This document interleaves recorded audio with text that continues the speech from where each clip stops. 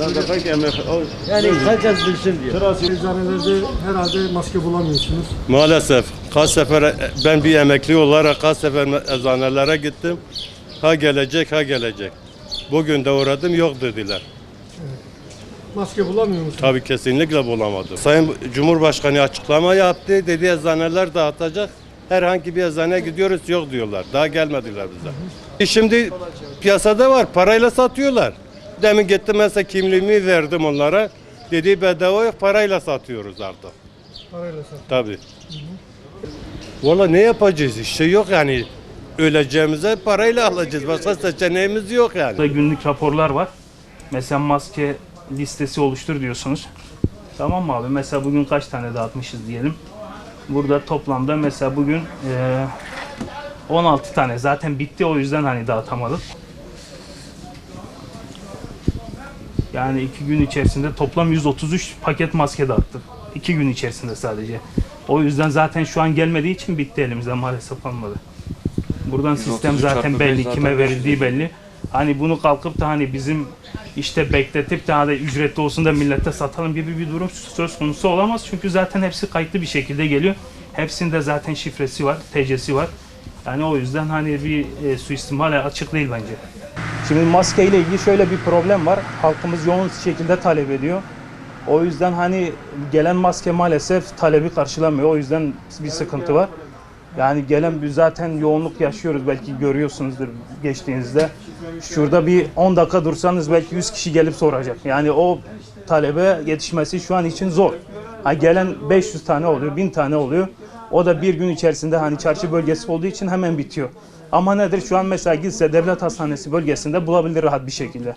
Abi şu an WhatsApp grubumuz var. Soruyoruz hani kimde kaldı milleti oraya yönlendirelim diye. Genelde o bölge çıkıyor. Yani şurası görüyorsun zaten sanki salgın hastalık yokmuş gibi herkes dışarıda burada. Gelen herkes de soruyor maske var mı maske var mı? O yüzden öyle bir sıkıntı yaşıyoruz. Hani talebe yetiştiremiyoruz maalesef. Zaten işi gücü bırakıp resmen maskeyle şu an uğraşıyoruz valla. Hani sadece depo getirip bırakıyor ne şekil tedarik ediliyor ne yapılıyor ondan haberimiz yok. Sadece bize gelen mesela 500 tane geliyor diyor ki bunları dağıtın dağıtıyoruz. Yani onunla ilgili bir hakkında bir bilgimiz yok maalesef.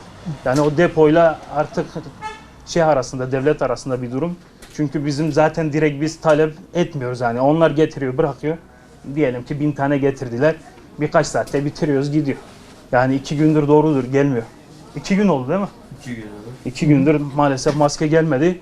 Ama hani bunun ücretli olmasıyla alakalı mı başka bir durum mu var onu da bilmiyorum maalesef. Çünkü dediğim gibi hani biz talep etmiyoruz. Depo direkt getirip bırakıyor. Biz de gerekeni yapıp halkımıza dağıtıyoruz. Yardımcı olmaya çalışıyoruz. Anladım maalesef.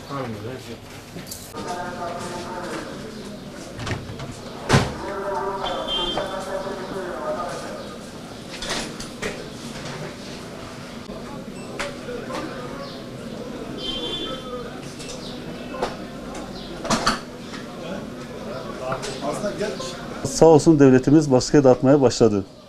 Ama biz eczane olarak bu süreçte çok zorlu bir dönem yaşıyoruz. Çünkü depodan gelen maskeler sınırlı sayıda geliyor. Dün mesela atıyorum 200 kişiye bu eczanede maske dağıtıldı. Bu süreç yaklaşık bir 5-6 saat sürdü. Ondan sonra gelen her müşteriye yok çekmek zorunda kaldık. Yetmiyor. Bu da bizi vatandaşla bir karşı karşıya bırakıyor. Bayağı zor durumlar yaşıyoruz. Yani bu sadece bizim eczaneye özgü değil. Bütün eczaneci arkadaşlarımızla görüştüğümüz zaman aynı sorunları yaşıyoruz. Ama inşallah herhalde bir çözüm bulundu. Bundan sonra paraya satılacağını söyledi devlet. Bakalım inşallah üzerine girecek yani. Evet aslında Cumhurbaşkanımız bir açıklama yaptı. Yani gerekirse bazı noktalarda maskenin parayla satılabileceğine dair. Aynen. Ha? Yani siz bu noktada ne diyorsunuz? Yani parayla satılması... Bence çok daha iyi oldu ama bunu inşallah gene kontrol altında tutarlar. Sadece eczanelerde satılır. Şimdi bakıyorsunuz manifaturacı bile satıyor. Artı bakkallar satıyor. Çünkü maske dediğimiz olay kesinlikle hijyenik bir ortamda satılması lazım. Eğer o kontroller sağlanırsa çok güzel oldu. Yani böyle vatandaş da rahat ulaşacak maskeye. Yani biz de inşallah vatandaşla zor durumda karşı karşıya kalmaktan kurtulacağız artık. Yani acaba şu anda maskenin gelmemesinin bir nedeni acaba depolar parayla satılacağı düşüncesiyle mi? Yok tahmin etmiyorum. Çünkü depolardan geliyor ama yetmiyor, vatandaşa yetmiyor. Yani 60 bin 70 bin tane maske dağıtılıyor ama yetmiyor, yani vatandaşa yetmiyor. Bir de keşke maske yani ihtiyacı olan alsa. İhtiyacı olan da olmayan da, yani maske bedava diye herkes aynı anda eczanelere hücum edince bakıyorsunuz maske, yani cevap veremiyoruz artık biz de. Yani maske olayında son 10-15 gündür aslında biz epey dağıtım yaptık. Yani biz eczane olarak 2500-3000 adet kadar maske dağıttık. Düne kadar da biz maske dağıtımı yapıyorduk. Fakat elimizdeki stoklar bitti ve depodan yeni ürün gelmediği için şu an vatandaşa yok diyoruz. Fakat düne kadar biz maske dağıtımı yapıyorduk. Gelmemesinin sebebini biz de bilmiyoruz. Biz depoyla görüştük. Şu an onlara da ücretsiz maskenin gelmediğini belirttiler. Onlar da bu yüzden onlar da gönderim yapmıyorlar. Biz de dağıtım yapamıyoruz. Benim şahsi kanaatim maskenin satışının yasaklanması bence hataydı.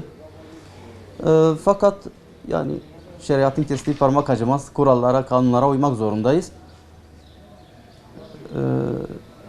Dağıtımın bence ücretli olması normal. Fakat tabii bunun fiyatının Ticaret Bakanlığı tarafından veya ne bileyim Ticaret İl Müdürlükleri tarafından denetlenmesi gerekiyor. Yani sonuçta biz burada aracıyız. Bize 4,5 liraya gelen bir ürünü biz 4 liraya, 2 liraya veremeyiz.